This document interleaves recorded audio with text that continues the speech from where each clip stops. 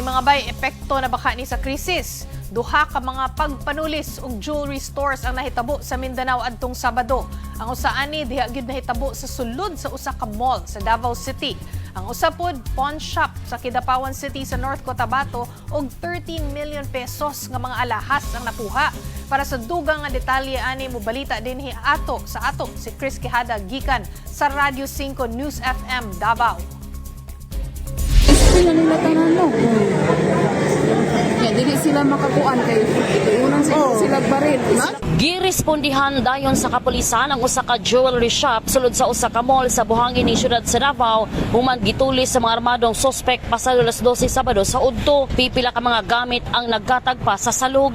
Atubangan lang sa jewelry store ang hagdan padulong sa basement parking sa maong mall kung asa ni agi og misulod ang mga suspect sakay sa tulo ka mga motorsiklo. Sumala sa otoridad, doon na sila persons of interest kinisubay sa ilang nakuha nga CCTV footage sulod sa maong mall. Posibleng organized crime group ang nagpaluyo sa pagpang-hold up. Gilantaw sab sa kapulisan ang posibleng inside job. Sabi ko nga ma'am no, in less than a minute na kuha nila yung gusto nila, yung pang-hold up. Less than a minute na kuha nila. So, grabe ang, anong tawag doon? Yung galawan nila. So, hindi natin winawala na organized crime or hindi ba itong mga involved suspects na nang hold up sa isang mall. Wala pa sa masayre pila ang kantidad sa mga alahas nga natangag sa mga kawatan. Mas gipahugtan sab ang manhunt operation sa kapulisan batok sa mga sospek.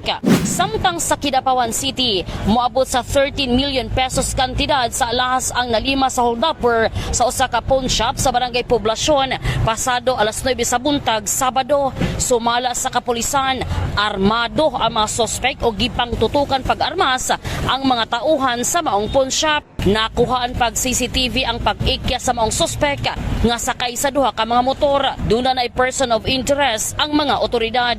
Padayon sab ang pagukod sa kapulisan sa mga naisgutan. Wala hinoy namatay o nasamdan sa back-to-back nga jewelry heists. Para sa 1PH, Chris Quijada, Radio 5 True FM Davao.